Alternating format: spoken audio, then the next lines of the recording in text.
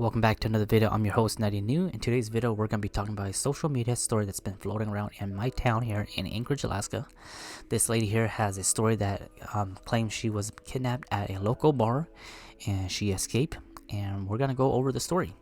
This story here has gotten about almost 2,000 reactions, a little bit over 500 comments, and shared about 1,000 times on social media, on her page, on the original post. A lot of people in the comment section were really supportive of her, cheering her on for her braveness, and then a lot of people were also calling her story very fictional, and that are saying that it can't be true because there's no claims or no police report or no news reporting on it. So today we're gonna talk a little bit about it, and I'll let you guys give you guys his opinion, my opinion, and we'll go over the story. So I'm not gonna read the whole story of her post, but I will go ahead and post up the original post on here with her name blocked out just because it's so long. But I'll give you guys a quick summarize of her story. Her story states that on December 17th, she was out at a local bar in Anchorage downtown, and she was taken by a person and two other men, and they were in a black van. When she was in that van, she saw four other women that had been supposedly drugged out or either just drunk, whatever, and they were brought back to an abandoned building that was very, very cold. They took everything from the ladies, their wallets, their shoes, their socks, but then she kept her eyes on where they put all that stuff. And she tried to escape, but she couldn't escape because one of the door was locked with a padlock. And then she saw a window that had a piece of plywood over it, and she broke through that plywood, broke through that glass, and jumped about 5 feet down to the ground. The first thing she saw or noticed was that there was the hospital, the Alaska Regional Hospital, which is one of the main hospital here in Anchorage, Alaska. And that was her goal, was to get to the hospital. When she was trying to get there, one of her main obstacles that she had was a very large fence which was surrounding the Merrifield Airport. This is by far the second largest airport in Anchorage, Alaska. This isn't the main airport, but this is for the smaller planes and stuff like that, the bush planes and stuff. So this airport is surrounded by fully fenced up, and usually the fence here has the protection of the gates, or not the gates, but the spikes on the top of it. Now, she somehow managed to get over this fence, and she was able to get to the hospital and found some help. She was also, in her post, she also claims that they were also able to get the other ladies that were kidnapped, and she's very, very proud of what she did, and very thankful for all that, and that she's here today. Now, you guys can read her full story, her full post. I'm just giving you guys a quick rundown of what her post is if you guys didn't want to read through it. So let's go ahead and look into the story and break it down. Now, this happened in December 17th, 2021, which was last month or last year. During this time, it was a very, very cold week. So yes, it's doable. She can definitely run away from that section. So I'm gonna go ahead and pull up some Google Maps here, and we're gonna take a quick look of this scenario. So we have a map pulled up right here, which shows the bar that she claims to be kidnapped from, which is in downtown. It's a pretty popular bar here in downtown Anchorage, Alaska. Most of you guys know it. And the hospital that where she got help was right here. And if we look at the map, it's roughly about 3 miles if you're driving. Now let's go ahead and take a look at the neighborhoods and see where she might have been held abducted, because if you guys know, I'm very familiar with my town, so I'm very familiar with this particular neighborhood. On this map here, you can see Alaska Regional on your right screen, and on that west side of the area there, you don't have to jump over any fence. The hospital is easily accessible by the streets, by the public sidewalk. And then if we look in between that area and our first point of interest, there is the Merrifield Airport that we mentioned earlier. Now, that whole airport is from 15th Avenue to 5th Avenue, and it's fully surrounded by fence. You cannot just access it unless you're going through the main road, the main access road. So from this map here, we can assume that the place of her abduction, where she was held, is around the Fairview neighborhood, around the Orca Street, around that area. Right here is a Google Street View of Orchard Street, and you can see, for example, what the fence looked like. They're fully gated up, and they have wire mesh barb at the top of it for security purpose. On 5th Avenue, they have a different type of fence, which is even more difficult to get over with. These are steel beam fence with the edges pointing towards you, where you cannot really get in. If you were to get in, you might get you might get poked by these. There was one comment in the post where a gentleman stated that he worked at the Merrifield for 20 years. That fence is tall. The only place to have go over that fence is from Orchard Street, which is the neighborhood that we mentioned, and you would have to climb it over twice. Regional, the hospital, is still a good jaunt from here. Somebody also mentioned, I worked out there also. The fence is pretty tall. Glad you're safe, but climbing over that fence, you would have to cut up your hands and also land on the brush as well. Now that we have the details of where she might have been held when she got abducted by these gentlemen, it's safe to assume that she was around the Fairview neighborhood, around the Orchard Street on that west end of the neighborhood, and she had to travel east to the Alaska Regional Hospital. During that course, she had to climb over the fence and go through the Merrifield to find help and escape. Now let's go ahead and talk about this story here. We have lots of comments where in the original post people were saying, what is the case number? How come this is not on the news? What happened to the other 4 ladies? Now, me personally, this is my first time hearing this story here in my town. I haven't heard anything from the local news media, haven't heard anything from the police stating that, hey, we did this human trafficking kidnappers. And I'm not too sure, but I'm pretty sure the news, when there's a kidnap or some kind of human trafficking, I know they do like to try to report on that and make the public aware of what's going on. But for the last month or a couple weeks or so, we haven't heard anything. Now, we also don't know if there is still an ongoing investigation. That might be one of the reasons why we're not hearing anything from the media and also from the local police department. Because let's say they capture those, or let's say they help those 4 other ladies that was still at the building, and they might have not got the folks who are responsible for that. That might be the reason why there's an ongoing investigation.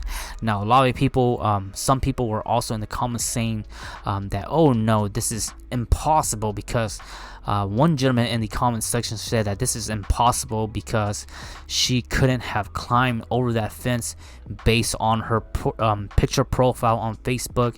Now, I'll say that in her picture profile, this lady here, she's a little bit, over the weight of what you would assume, and some people are just saying that she shouldn't been have physically able to climb this fence. Now, we don't know that for sure or for true, because when your life depends on something, you can do some pretty crazy things. So we can't say that she isn't able to climb over the fence. Maybe she was able to during this time. You have your adrenaline pumping, you have so much stuff going on. Now, I guess there are a lot of questions to be answered here, because some people are just wanting more legit confirmation that this did happen, and then there's a lot of people that were on this post who were supporting this lady for being brave and coming forward with these things. Because a lot of people, when they do go through some of these situations, whether they've been kidnapped, whether they've been raped, whether they've been through some kind of domestic violence, some of these victims, they don't like to tell the whole wide world their story, and I totally understand that. So this lady is coming out onto social media, the worldwide internet, and sharing her story, and then people are just critiquing if this is true or not. Now, I will have to say that I want to bring up a story that happened about 4 years ago. If you guys still recall, about 4 years ago, I believe the year was 2018. I'll go ahead and try to find some research and put a screen grab. But about 4 years ago, there was a local bar here in Anchorage downtown where another lady claims that somebody came up to her and stabbed her with a needle, and a needle as in like a heroin needle or a drug needle, and she posted that on social media. and it got a lot of reaction, a lot of controversial topic. People were claiming that she's lying, etc., etc. And then somebody even messaged the local police department on their Facebook page, and the local police department confirmed that they have not got any report of this incident, even though that lady who posted it claimed that she went to the hospital and told her story that she was stabbed by somebody with a needle, a drug needle or something like that. And then that later resulted in a fictional story where a lot of people were bashing her and shaming her. Final thoughts from NuttyNu. What can I say about this story, this incident? Me living here, me going to downtown, you guys all know I love downtown, love going to downtown. What's my personal opinion about this situation? First and foremost, this happened on December 17, 2021, which is a Friday night. Now, on a Friday night, with this COVID-19 now, the nightlife is not as popping as it used to be. But even on a Friday night, there should have been a decent amount of people there that night. And even if she was there during bar break, usually this section of the area where the bar area, it still has people till almost about 3 a.m. So unless she was there longer than 3 a.m., that might have been the reason why she was yelling for help, and maybe people just didn't care, or maybe the other people that saw her, maybe they were all drunk too and they had their own business to take care. So we really don't know what really happened at the point of being taken, whether she was taken after 4 a.m. or whether she was taken from 1 a.m. through 2 a.m., which is usually the highlight of a bar, especially around this particular bar. That we would never know. This story, this incident, we won't know if it's true or not. If we do find out that it is a legitimate story, I'll go ahead and post it up in the comment section below and update you guys on this story. But the main thing is, what can we take away from this incident? There's a lot of things that we can take away from this incident. Let's take a look at the bad thing. First and foremost, if this is a cry wolf, this is very bad, because we don't want this to happen. The reason why, if this story was fake and if she made this up and made it a cry wolf, this is very bad, because this puts a lot of pressure on other female victims that are actually going through it. And let's say they go and tell the police department, but police department don't want to believe her anymore, because there's been so many cry wolves. So you don't want to make this kind of story up if it never happened. You don't want to do a cry wolf, because if you keep doing it, well, guess what? APD is gonna be like, oh, it's just another drunk lady claiming she's been kidnapped, because we had another drunk lady that did that last week and it was a false story, and we had another drunk lady last week that had a false story. So cry wolf should never be been taken on these particular incidents or stories. Now, if this does happen, if this was a true story, here are some things that we can take away from this story. First and foremost, how to prevent this. You can prevent this by just not participating in these kind of activities. Stay away from downtown on the weekends. If you're gonna go out and drink and have a few drinks with your ladies or your friends, try to get home by midnight. There is no need to stay out in the bars more or later than after midnight. Go out, have a few drinks, and go home, because anything after midnight, during that time, you're just having most people that are out there are just strictly out there to just get drunk, drink as much as they can, and either party hard or just cause trouble. And we all know this is true, whether you like it or not.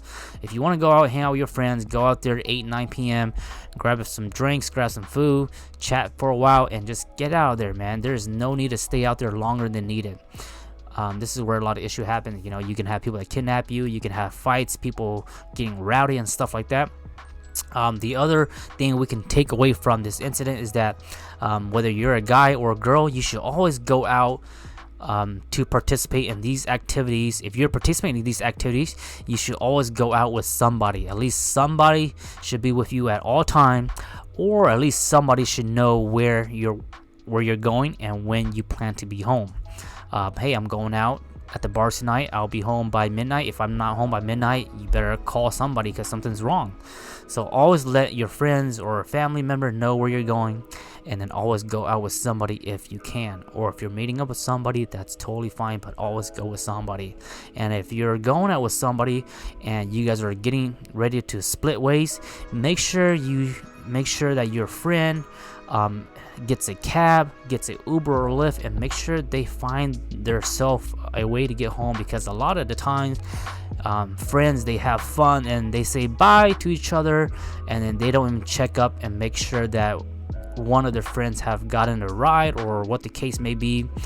Maybe somebody lost their phone, they can't call a taxi or a cab or Uber or Lyft. So always make sure you have the buddy system.